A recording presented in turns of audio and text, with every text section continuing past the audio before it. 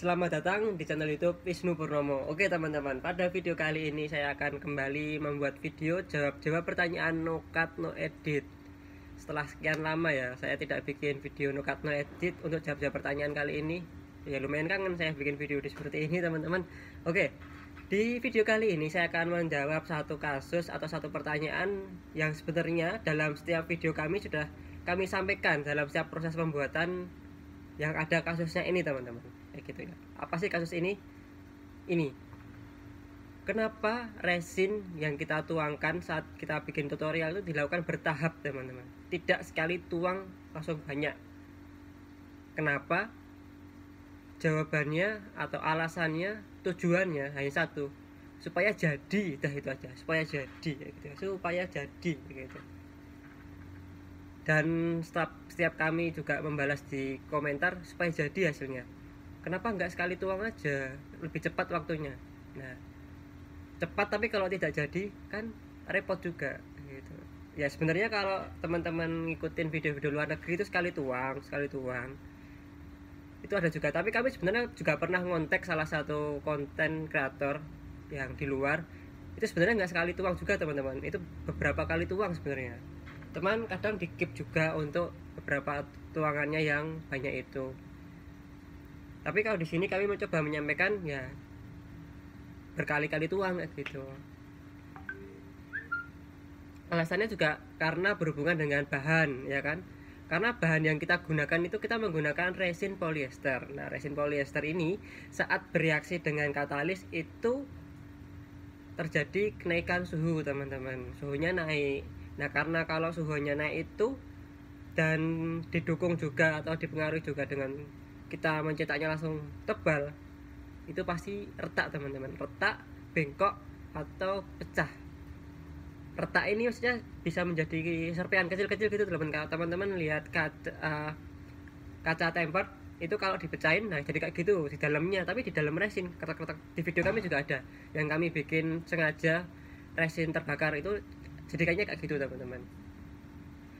Itu udah fatal sekali, itu nggak bisa diperbaiki kalau itu. Nah kalau retak itu masih bisa atau pecah terbelah atau nyabang pecahnya, itu bisa diperbaiki dengan cara diisi di sela-selanya, itu bisa diisi. Yang ketiga ini kalau bengkok itu bisa juga diatasi dengan cara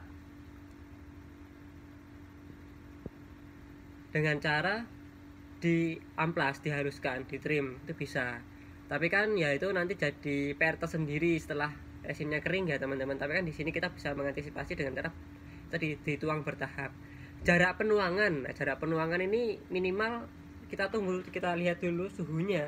Kalau suhunya sudah mencapai suhu ruangan, ya udah kita tuang lagi. Tapi kalau masih panas, tunggu dulu teman-teman. Karena sama aja kalau udah kita tunggu tapi masih panas, nanti efeknya juga gagal, retak, bengkok atau pecah itu.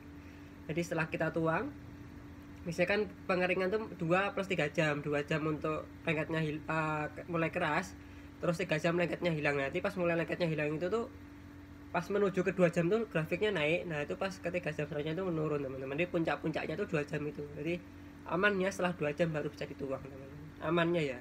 Tapi kalau lebih aman lagi bisa di plus 2 jam gitu. Mungkin jam keempat atau jam kelima itu udah bisa dituang lagi.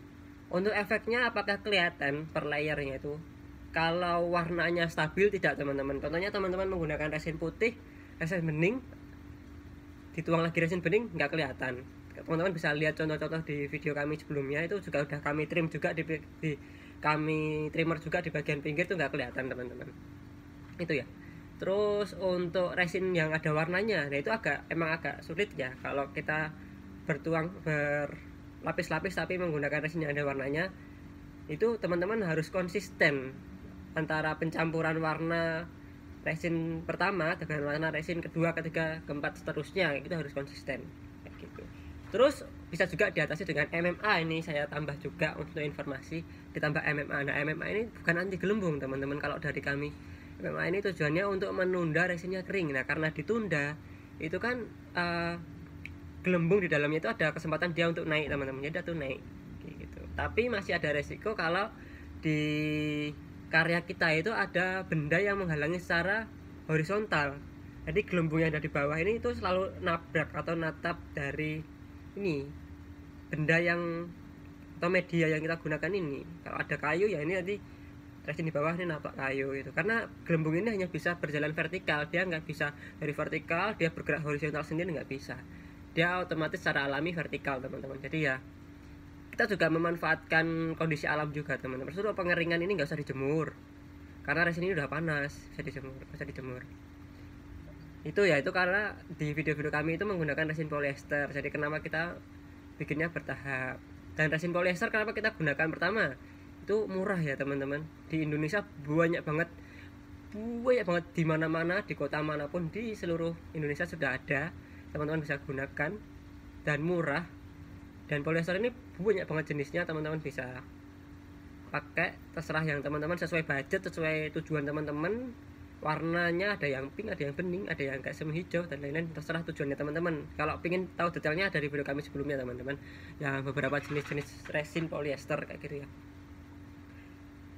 Teman-teman bisa juga menggunakan epoxy atau likal, tapi likal harganya emang lebih tinggi dari epoxy, dari polyester ya. Emang ada kualitas dan harga ya.